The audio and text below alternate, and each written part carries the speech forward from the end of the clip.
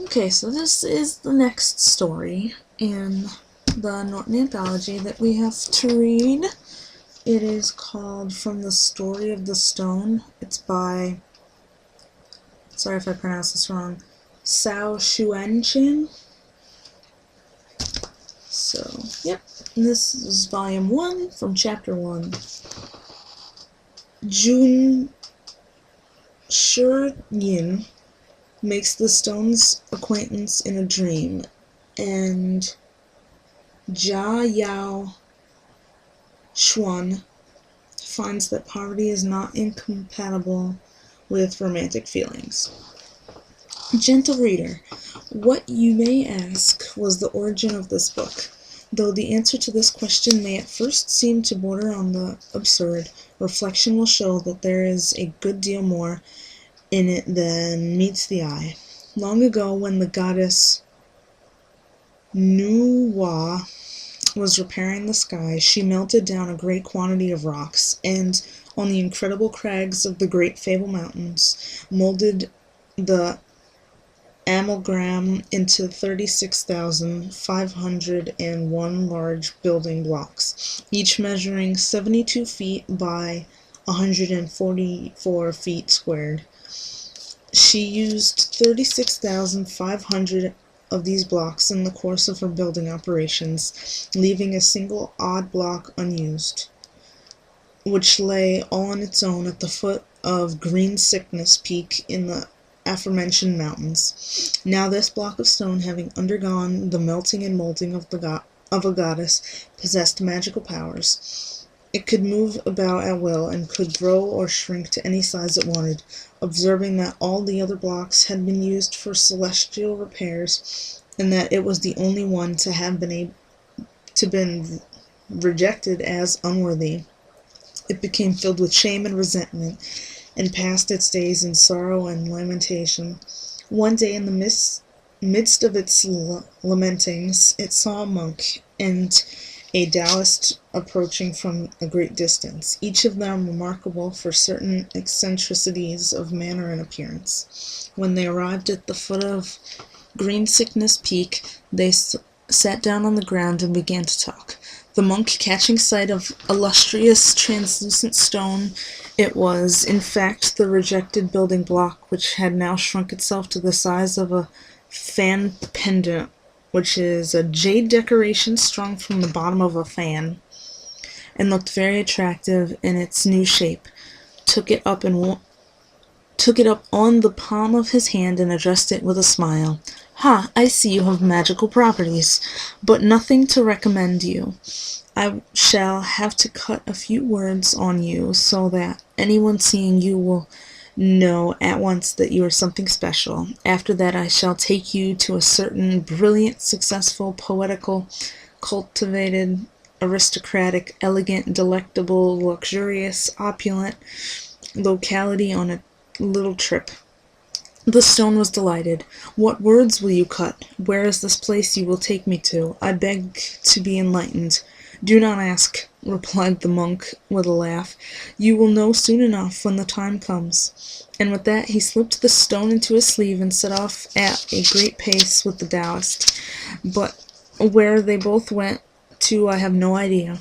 Countless aeons went by, and a certain Taoist named Vanitas, in quest of the secret of immortality, chanced to be passing below that same Green Sickness Peak in the incredible crags of the great Fable Mountains, when he caught sight of a large stone standing there, on which the characters of a large inscription were clearly discernible.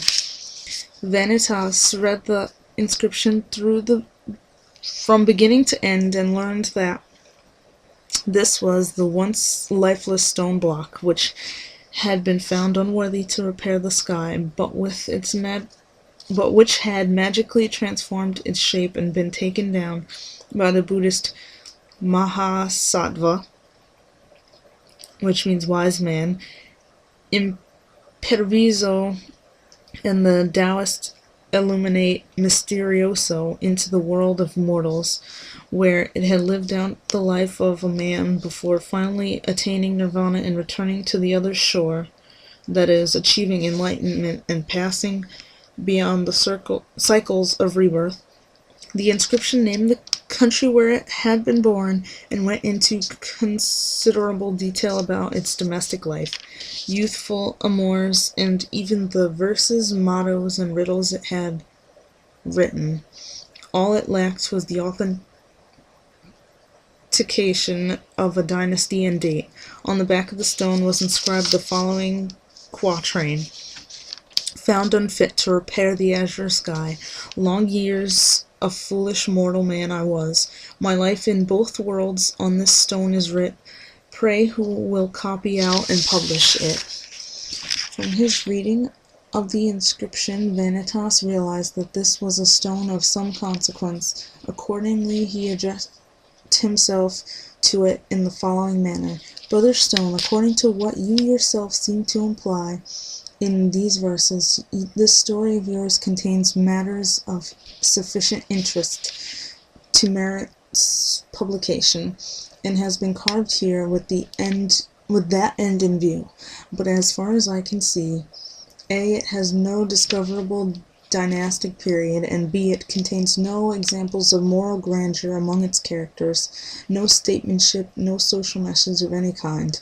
All I can find in it, in fact, are a number of females, conspicuous, if all at all, only for their passion or folly, or for some trifling talent or insignificant virtue. Even if I were to copy all this out, I cannot see that it would make a very remarkable book." "Come, your reverence," said the stone, for Vanitas had been correct in assuming that it could speak. "Must you be so obtuse? All the romances ever written have an artificial period setting, Han or Tang for the most part. In refusing to make use of that stale old convention, the telling of my story of the stone exactly as it occurred, it seems to me that, far from deriving it of anything, I have given it a freshness these other books do not have. Your so-called historical romances, consisting as they do of scandalous anecdotes about statesmen and emperors of bygone days and scabrous attacks on the reputations of long-dead gentlewomen, contain more wickedness and immorality than I care to mention. Still worse is the erotic novel by whose filthy obscenities our young folk are all too easily corrupted, and the boudoir romances, those dreamy stereotypes with their volume after volume all pitched up on the same note, and their different characters undistinguishable except by name. All those ideally beautiful young ladies and ideally illegible young bachelors, even they seem unable to avoid descending sooner or later into indecency. The trouble with this last kind of romance is that it only gets written in the first place because the author requires a framework in which to show off his love poems. He goes about constructing this framework quite mechanically, beginning with the names of his pair of young lovers and invariably adding a third character, a servant or the like, to make mischief between them, like the cho in a comedy, which means the stock role of the clown in a play. What makes these romances even more detestable is the stilted, bombastic language. Inanities, dressed in pompous rhetoric, remote alike from nature and common sense, and teeming with the grossest absurdities. Surely my number of females, whom I spent half a lifetime studying with my own eyes and ears, are preferable to this kind of stuff. I do not claim that they are better people than the ones who appear in books written before my time. I am only saying that the contemplation of their actions and motives may prove a more efficient antidote to boredom and melancholy. And even in the inelegant verses with which my story is interlarded could serve to entertain and amuse on those convivial occasions when rhymes and riddles are in demand.